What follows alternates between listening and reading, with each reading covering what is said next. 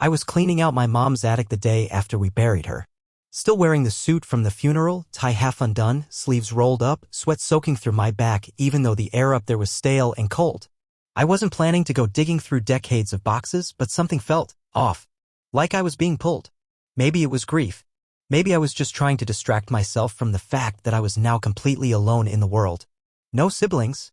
No cousins close enough to matter. Just me. Jack Riley.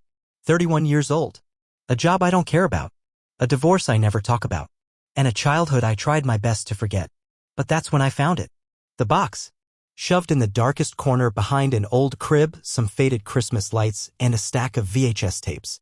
It was small, maybe the size of a shoebox, wrapped in dusty, sky blue paper. The kind with cartoon balloons and stars.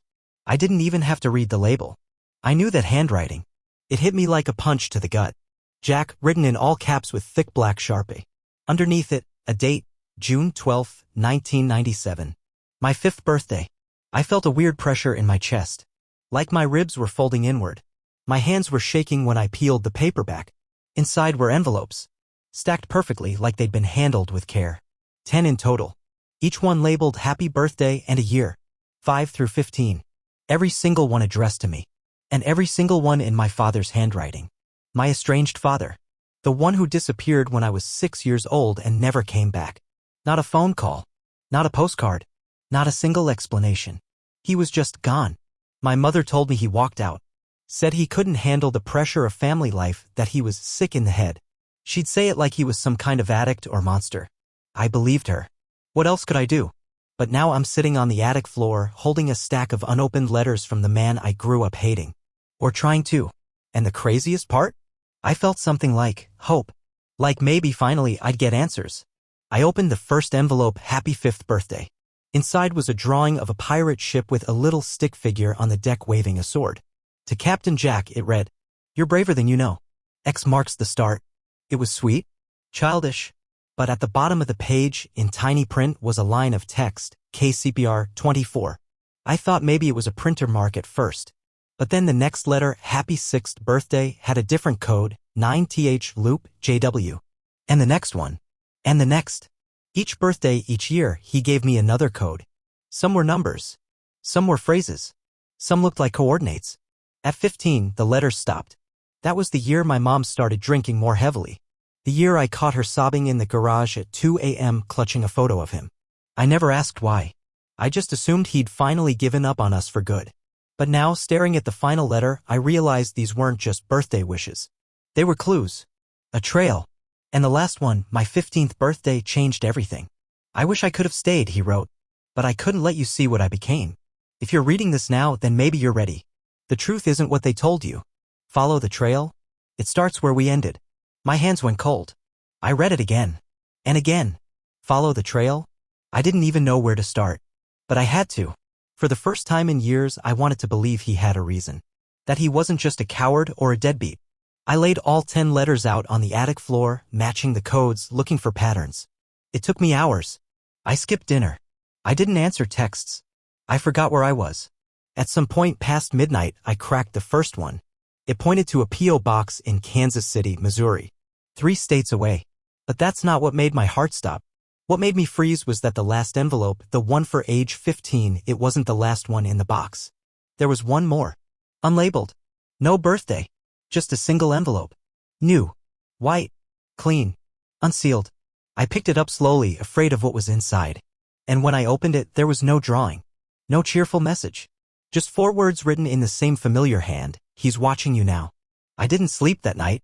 I just sat there in the attic, surrounded by a decade of birthday letters from a man who vanished without a trace, and one new letter that chilled me to the bone. "He's watching you now." It kept echoing in my head like some kind of warning, but I didn't know from who. Or why. I mean, who the hell even was he? My father? Someone else? It felt like I'd cracked open a door that was supposed to stay locked. By sunrise, I'd printed out the codes, spread them on the dining room table, and started connecting dots. At first it seemed random, like each code was just a weird riddle or inside joke. But after a few hours, I found a pattern. Coordinates. Each string pointed to a location, and when I plotted all 10 on a map, it formed a perfect loop around Kansas City. The same place my father was last seen before he disappeared. My mom always said he moved to Oregon, that he needed space. But I now knew that was a lie. Either she didn't know the truth or worse, she did. I booked a motel in Kansas City and left that afternoon without telling anyone. No note. No explanation. I just got in my car and drove 300 miles of silence and road and questions piling up like bricks in my chest. The first location the coordinates pointed to was a rundown public park in the northeast corner of the city, Shelby Creek Park. I arrived around 10:30 p.m. The air was cold, damp, and smelled like wet leaves and cigarettes. Not a soul in sight. The playground was rusted. Swings creaked with the wind. The kind of place that gives you goosebumps even in daylight. I walked around with my phone's flashlight, scanning trees, benches, anything that might look out of place.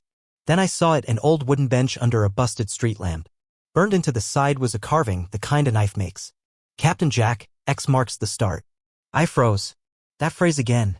It wasn't just a letter. It was a trailhead. I checked under the bench and felt something taped to the bottom, an envelope. Yellowed. Weathered. My name written across it in that same unmistakable handwriting.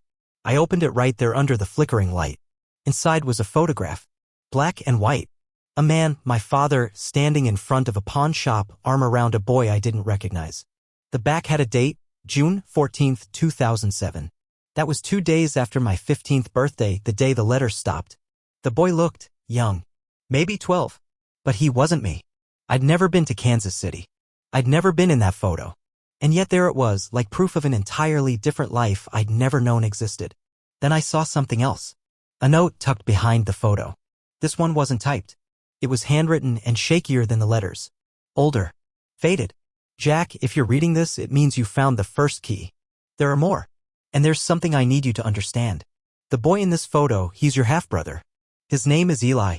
And I didn't leave you because I didn't love you. I left to protect you from the people who were coming for me.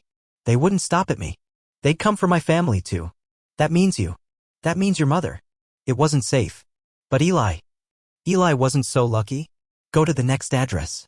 I'll explain more there. But you need to be careful. Not everyone forgot about me. And some of them might be watching you now. My vision blurred. A brother? Protection? Who the hell was coming for him? What had he gotten into?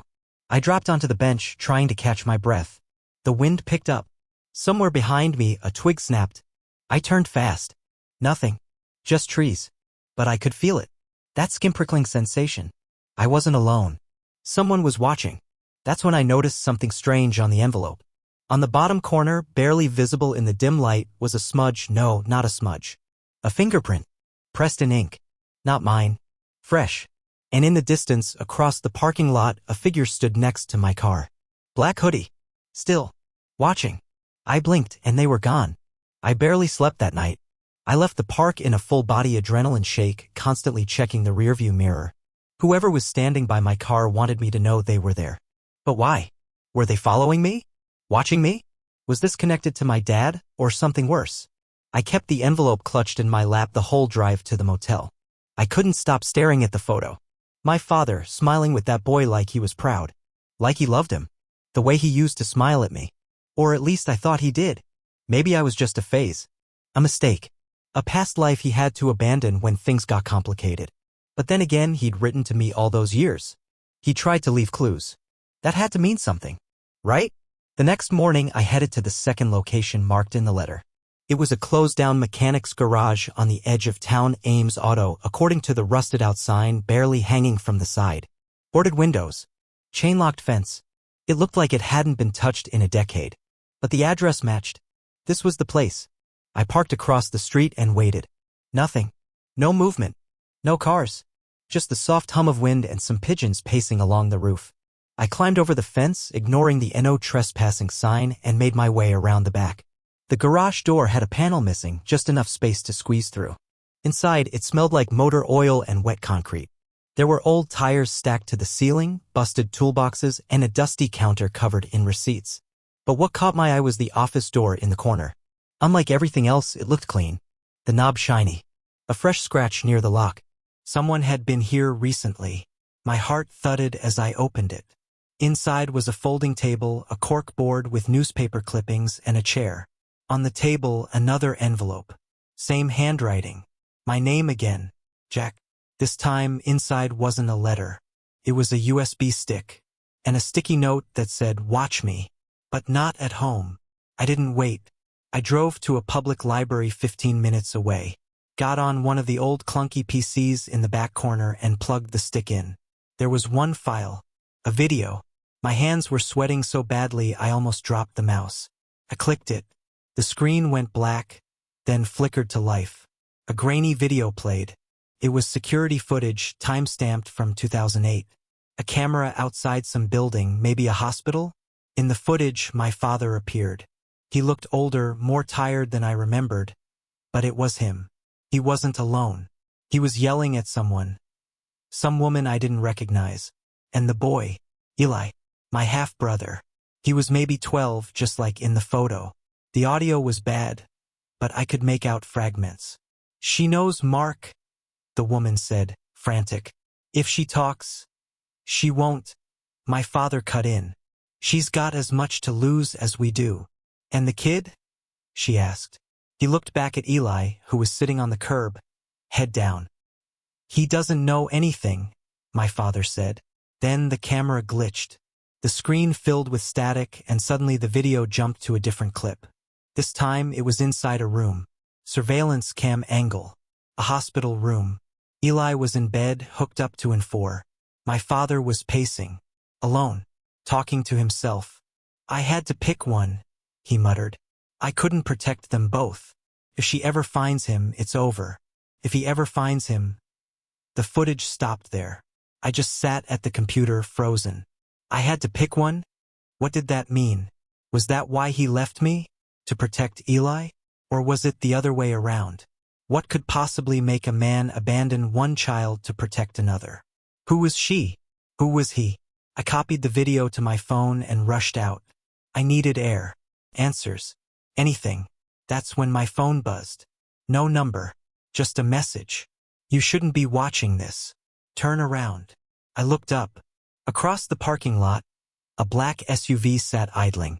Same one I saw near the park. The rear window rolled down slowly. Inside was a woman. Blonde. Sunglasses. She was staring directly at me. She lifted her phone and took a photo of me before the window slid back up. And then the SUV drove away. Fast. I stood there on the sidewalk, trembling. My fingers numb. My stomach hollowed out. I thought I was following my father's trail. But someone else was following me. I didn't drive back to the motel. Couldn't. I didn't feel safe anywhere. Not with that woman in the SUV watching me like I was a bug under glass. I ended up parked behind an old gas station just outside city limits. Engine off. Doors locked. Phone in airplane mode. My mind wouldn't stop spinning. My father had another child. A son named Eli. And some group, didn't want me to find that out. My mom had always painted him as the villain. Like he abandoned us because he couldn't handle the pressure. But now it felt like she'd been hiding something. Something massive. Something that cost her more than I ever realized. I waited until sunrise, then checked the next location from the codes in the birthday letters. This one led to a suburban neighborhood. Normal, quiet. Rows of houses with trimmed lawns and American flags. The address took me to a small, faded brick home with a broken mailbox and a for sale sign half sunk into the grass. It looked abandoned. I got out of the car, heart thumping, and rang the bell anyway. No answer. I peeked through the front window. Dusty floors. Plastic-covered furniture. Empty. So I tried the side gate. Unlocked. I stepped into the backyard and saw something that stopped me cold. There was a small garden, overgrown now, but in the center was a bird bath made of white stone. On it, carved into the base in tiny letters, were the initials JMR. My initials. Jack Michael Riley. It made no sense. I'd never been here in my life. But someone had etched my name into stone like I'd been expected. Like I belonged here. Then I noticed a shed in the corner. Door slightly ajar. I stepped inside. It smelled like dirt and mildew. A tarp covered something in the back, and I pulled it off slowly. Beneath it, in a plastic bin, were three things. A lockbox, a newspaper clipping, and a cassette tape. I opened the lockbox with shaking hands. Inside were photos. Old ones. My dad, my mom, and me. All together. At a lake I didn't recognize. One of the photos was labeled 1996. I was 4. But then, a second set of photos. My dad, the woman from the video, and Eli. Same lake, same bench. Labeled 2008. 12 years later. 2 families. Same place. Same man. I stared at the photos for so long I forgot about the cassette. I picked it up, saw it had my mom's handwriting. It said for Jack. Only if I'm gone. I didn't have a player, so I drove to the nearest pawn shop and bought one for $10. I sat in the car, pressed play, and braced myself for whatever was coming. My mom's voice filled the car. Shaky. Tired. Like she recorded it during one of her dark days. She said, Jack, if you're hearing this, then I guess I'm not around anymore. And I need to tell you something I should have told you a long time ago. Your father didn't leave us because he wanted to. He left because I made him. My throat clenched. I lied to protect you, she said. He got involved in something dangerous. I begged him to cut ties, but he said it was too late. That there were people who would come after us. After you. So I gave him a choice. Disappear completely or risk them finding you. He chose you. He always chose you. My stomach turned. But a few years later, he came back. Said it was safe again. Said he could fix things. And for a while, he tried. But then there was an incident. Something happened to the other boy. Eli. I never met him, but I knew about him. He was the reason your father couldn't ever stay. They were watching him. Watching all of us. I couldn't breathe. My ears were ringing. If you found the letters, then you're in danger too, she said. Don't trust anyone. Especially not the woman.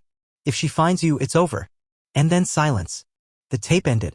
My mother, who had sworn up and down for years that he was the villain, was the one who forced him out. She chose survival over honesty. And now I was standing in the wreckage of both their choices. I sat in my car for hours trying to decide what the hell to do next. Then my phone buzzed. New message. Same blocked number. This time it wasn't a threat. It was a video. I pressed play and my stomach dropped. It was Eli. Same kid from the photos, now older. A teenager. He was in a dark room. His lip was bleeding. He looked scared. And he was whispering one sentence over and over again. They found me, Jack. They found me, Jack. They found me. The screen cut to black. I watched the video again. And again. Eli's face haunted me. His voice, hoarse, terrified, echoed inside my skull like it was lodged there permanently. They found me, Jack. Over and over like a damn prayer. Whoever sent it wanted me to see it. But more than that, they wanted me to feel it. To know he was real. That this wasn't just some buried family drama or cold case mystery from the past. This was alive. Active. Dangerous. I had no idea where Eli was or how to find him. But I had one last location from the letters, the final coordinate from the trail my father left before the letters stopped when I turned 15. So I went. I didn't even pack up my motel room. I just drove. The address led me out of Kansas City about an hour south to a rundown property off a gravel road in the middle of nowhere. It looked like an old hunting cabin, overgrown with weeds, windows boarded up, one side of the roof sagging like a broken spine. My GPS kept glitching as I got closer. Phone signal dropped to 0. The place was completely off-grid. I parked half a mile away and walked the rest. Every step felt like wading deeper into a memory that wasn't mine. When I reached the front door, I noticed something carved into the frame. JM plus ER.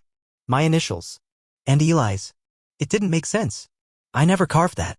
I'd never been here in my life. But someone had been expecting us. I pushed open the door and stepped into the darkness. Inside, the place looked untouched for years. Dust coated everything. Cobwebs hung like curtains in the corners. But there were signs someone had been here recently. A single mattress on the floor. A stack of water bottles. An empty soup can. A Polaroid on the wall, pinned with a knife. It was me. From 3 days ago. At the park. Sitting on the bench, holding the envelope. Taken from behind like a sniper's angle. My blood went cold. I turned to run, but a voice from the shadows stopped me.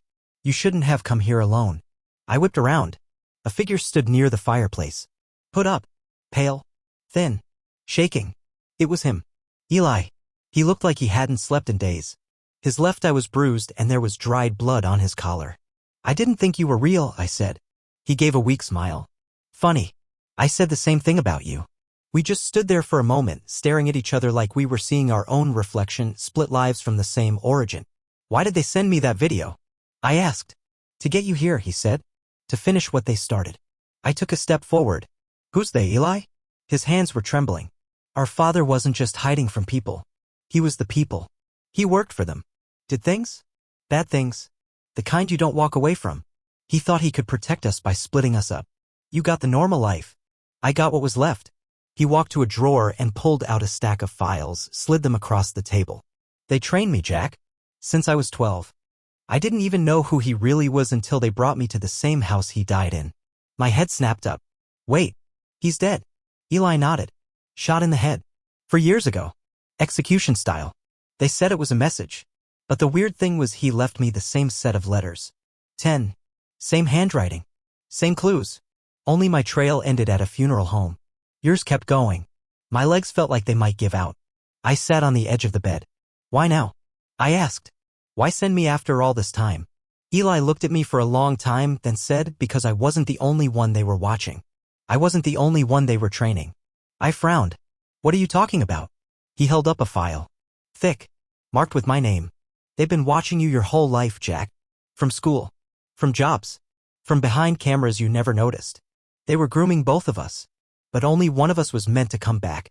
I stared at the file like it might explode. Come back for what? Eli's face changed then. Hardened. For reactivation. My chest tightened. No. I don't remember any of this. He stepped closer. That's because they made you forget. I reached for the file, hands shaking, and opened it. The first photo inside was of me, age 7. Hooked up to machines. Crying. A man in a suit standing over me. My father. And then the next photo, it wasn't me. It was Eli. Same setup. Same room. But behind him I saw someone else. My mother. Smiling. I stared at the photo, my entire body locked in place like every muscle forgot how to move. My mom. In the background. Smiling. It wasn't a warm motherly smile, it was thin, tight, distant. Like a doctor watching a lab rat complete a maze. I flipped to the next page and then the next. Documents. Logs. Medical charts. My name listed under headings like Subject 7, Behavioral Conditioning, and Memory Repression Timeline. The dates lined up with everything I thought I remembered. Every birthday. Every hospital trip. Every strange night I couldn't sleep without feeling like something was crawling under my skin. It wasn't normal childhood anxiety. It was something they did to me. Eli sat across from me, watching like he'd already gone through all this grief years ago. You weren't just collateral, Jack. You were part of it. We both were. I whispered, why would she do this? He didn't answer. He just reached into his bag and pulled out one last letter. It was sealed in an envelope I recognized instantly, sky blue, with my name in the same bold Sharpie. But this one wasn't written by my father. The handwriting was hers. My mother. I tore it open. My hands were shaking so hard I could barely hold the paper steady. Jack, it began, if you're reading this, then the layers are finally starting to crack. I know what you must think of me. I deserve it. But I need you to understand something. What I did to survive. And to make sure you did too. They approached me when I was pregnant. Said your father owed them. Said they could make sure you never had to pay for his mistakes. They offered security. Education.